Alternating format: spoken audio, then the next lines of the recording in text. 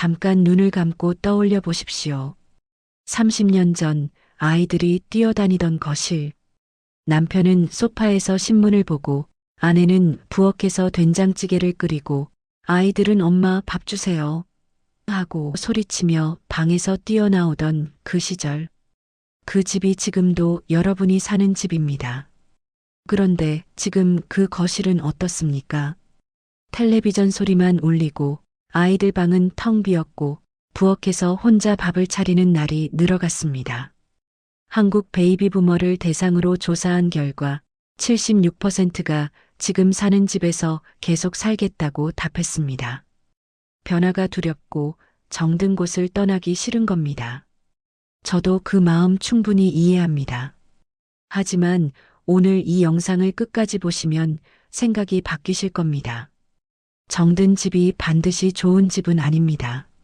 나이 들어 진짜 필요한 집은 따로 있습니다. 2025년 대한민국은 65세 이상 인구가 전체의 20%를 넘어 공식적으로 초고령 사회에 진입했습니다. 일본보다 빠르고 프랑스보다 3배 빠른 속도입니다. 우리 세대가 바로 그 한가운데 서 있습니다. 지금부터 노후의 집을 선택할 때 반드시 알아야 할 6가지 기준을 말씀드리겠습니다. 사연 시작 전 구독, 좋아요는 이 이야기를 끝까지 전할 힘이 됩니다. 첫 번째, 10평 미만의 집은 피하십시오. 자녀들을 다 출가시키고 나면 이런 생각이 듭니다. 이제 둘이니까, 아니 혼자니까 작은 데로 가자. 실제로 정부에서 지원하는 실버 임대주택도 전용 8평에서 10평 정도가 많고 오피스텔도 10평이 채 안 되는 곳이 대부분입니다. 그런데 여러분, 한번 생각해 보십시오. 60대, 70대가 되면 밖에 나가는 일이 점점 줄어듭니다. 비가 오면 안 나가고, 추우면 안 나가고, 무릎이 아프면 또 안 나갑니다. 그러면 하루 중 대부분의 시간을 어디서 보냅니까? 바로 집입니다. 10평 미만의 좁은 공간에서 하루 종일 지내보십시오. 내가 아끼는 물건 하나 제대로 놓을 데가 없고 숨이 막히는 듯한 답답함이 밀려옵니다. 이것은 단순히 불편한 게 아니라 정신 건강에 직접적인 영향을 줍니다. 전문가들은 18평을 복지적 공간의 최소 조건이라고 말합니다. 사람이 자기 물건을 놓고 취미 활동을 하고 정신적 안정감을 느끼기 위한 최소한의 공간이 18평이라는 겁니다. 그래서 노후의 가장 이상적인 집은 18평에서 20평대의 소형 아파트입니다. 너무 크지도 너무 작지도 않은, 혼자서도 관리할 수 있고 그러면서도 숨통이 트이는 크기. 여기서 중요한 것이 하나 더 있습니다. 부부가 함께 살더라도 각자 독립적으로 쓸 수 있는 방이 있어야 합니다. 같이 산다고 24시간 붙어 있으면 오히려 스트레스가 됩니다. 각자의 공간이 있어야 서로를 존중할 수 있습니다. 두 번째, 복지관 근처로 가십시오. 복지관? 나는 아직 그런 데 다닐 나이가 아닌데? 이렇게 생각하시는 분 분명 계실 겁니다. 복지관이라고 하면 왠지 늙고 힘없는 사람들이 가는 곳 같았습니다. 그런데 여러분, 솔직히 한번 생각해 보십시오. 지금은 주변에 친구들도 있고 같이 밥 먹을 사람도 있습니다. 하지만 5년 뒤, 10년 뒤에도 그럴까요? 친구가 아프고 이사 가고 세상을 떠나기 시작하면 내 주변은 점점 조용해집니다. 그때 하루를 어디서 보내시겠습니까? 집에서 혼자 텔레비전만 보시겠습니까? 복지관에는 교육이 있습니다. 돌봄이 있습니다. 좋은 영양사가 만든 식사를 저렴하게 먹을 수 있습니다. 서예, 컴퓨터, 노래교실, 건강체조까지 양질의 프로그램이 넘쳐납니다. 자원봉사를 하며 보람을 느낄 수도 있습니다. 요즘같이 물가가 치솟는 시대에 뭘 배우려고 해도 돈 걱정부터 앞서지 않습니까?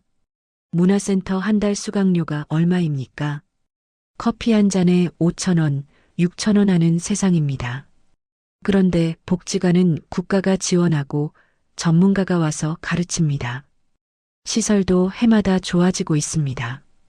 2026년 정부는 노인복지 예산을 29조 3천억 원으로 늘렸습니다.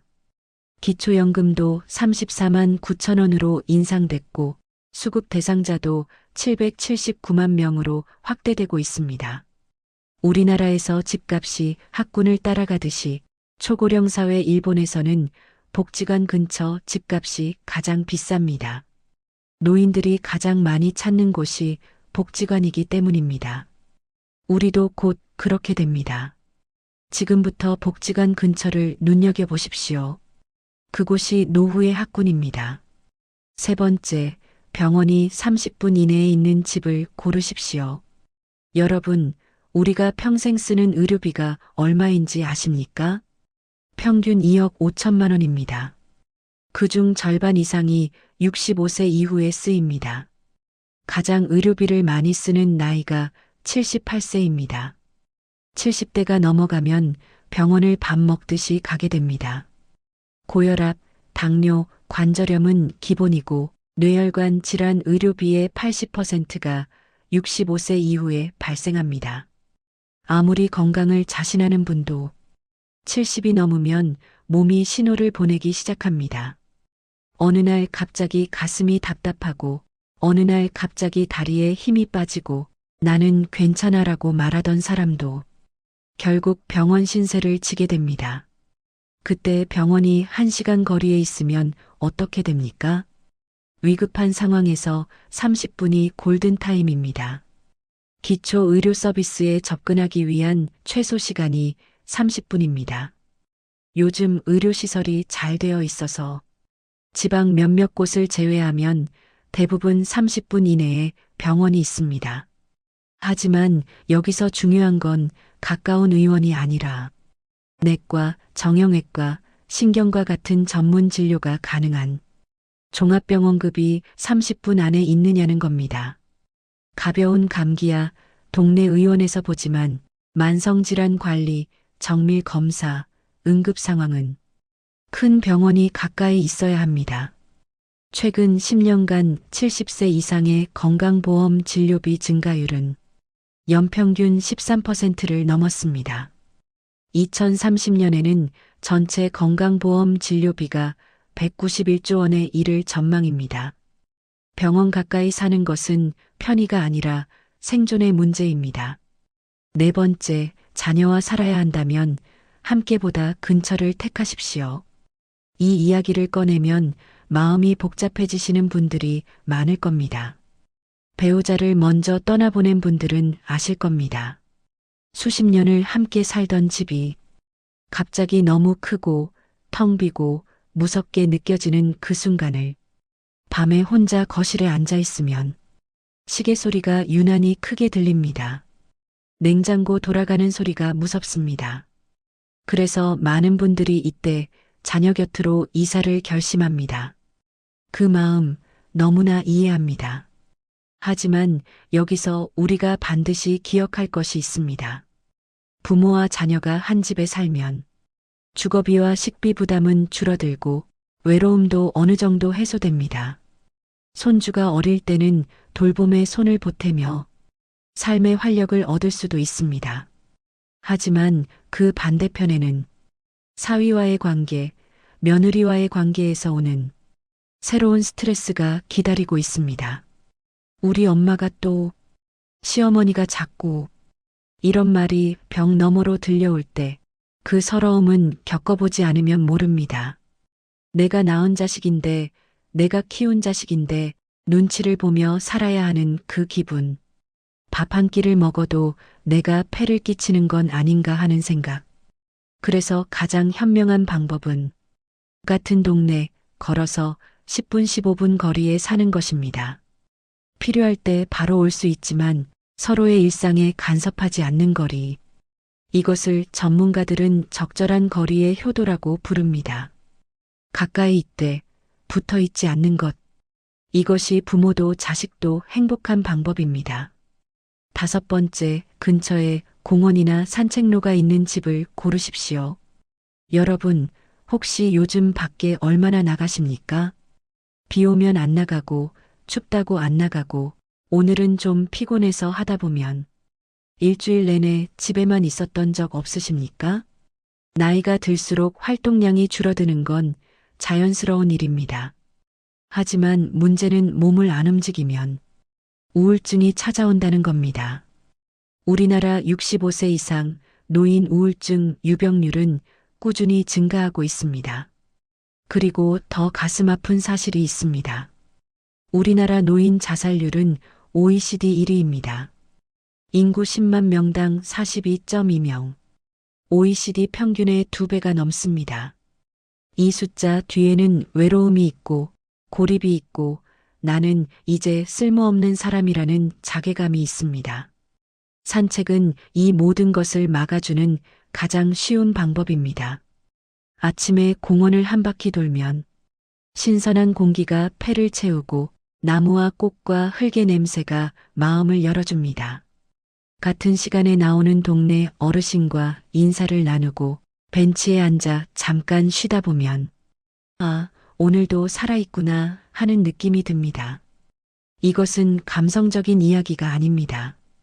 의학적으로 규칙적인 산책은 심혈관 건강 증진, 치매 예방, 우울증 완화에 명확한 효과가 있다고 증명되어 있습니다.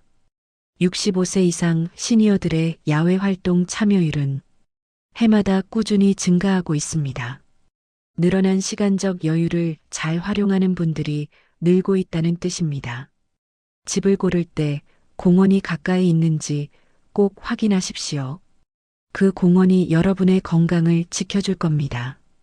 6번째, 지금 사는 집의 가치를 반드시 파악해 두십시오. 이건 많은 분들이 놓치는 부분입니다. 우리가 집을 가지고 있으면 재산세, 관리비, 수리비 같은 유지 비용이 계속 나갑니다. 30년, 40년 된 집이라면 보일러도 바꿔야 하고 배관도 수리해야 하고 이것저것 손볼 곳이 한두 군데가 아닙니다. 그런데 여기서 냉정하게 생각해야 할 것이 있습니다. 내가 거동이 불편해져서 요양시설에 가야 할 때 그 비용을 어디서 마련합니까? 2024년 기준 장기요양 수급자가 116만 명을 넘었습니다. 매년 수만 명씩 늘어나고 있습니다. 요양원 비용, 간병인 비용은 기초연금만으로는 턱없이 부족합니다. 그때 내가 가진 금융 자산이 적으면 결국 집을 팔아야 합니다. 내가 이 집을 지금 매매하면 얼마를 받을 수 있는지 미리 알아두는 것이 지혜입니다. 그리고 현재 사는 집이 너무 오래되었거나 관리하기 힘들다면 노후에 맞는 집으로 옮기는 것을 진지하게 고민해 보십시오. 나이 들면 다리에 힘이 빠집니다. 넓은 집은 청소만으로도 하루가 갑니다. 쓰지 않는 방에는 잡동사니만 쌓입니다. 작지만 편리한 집, 지하철역, 마트, 병원이 가까운 집, 엘리베이터가 있는 집, 이런 집이 노후에는 큰 재산보다 값진 것입니다. 여러분, 우리는 젊었을 때 가족을 위해 집을 골랐습니다. 아이들 학교 가까운 곳, 남편 직장 가까운 곳, 내가 아닌 가족을 기준으로 살아왔습니다. 이제는 나를 기준으로 고를 때입니다. 내가 편한 크기, 내가 자주 갈 복지관, 내가 아플 때 빨리 갈 수 있는 병원, 내가 산책할 수 있는 공원, 내가 외롭지 않을 거리의 자녀집. 그리고 마지막으로 이것만 기억하십시오. 집은 한번 옮기면 다시 돌아오기 어렵습니다. 그러니 내 마지막 집이라는 마음으로 고르셔야 합니다. 타인의 기준이 아니라 오직 나의 기준으로. 2025년 초고령 사회 대한민국. 정부도 변하고 정책도 변하고 있습니다. 고령자 복지주택, K-시니어 주거 모델, 돌봄과 의료가 결합된 새로운 주거 형태가 생겨나고 있습니다. 세상이 변하고 있으니 우리도 변해야 합니다. 정든 집에 대한 미련보다 앞으로 남은 인생을 편안하게 보낼 수 있는 곳을 택하십시오.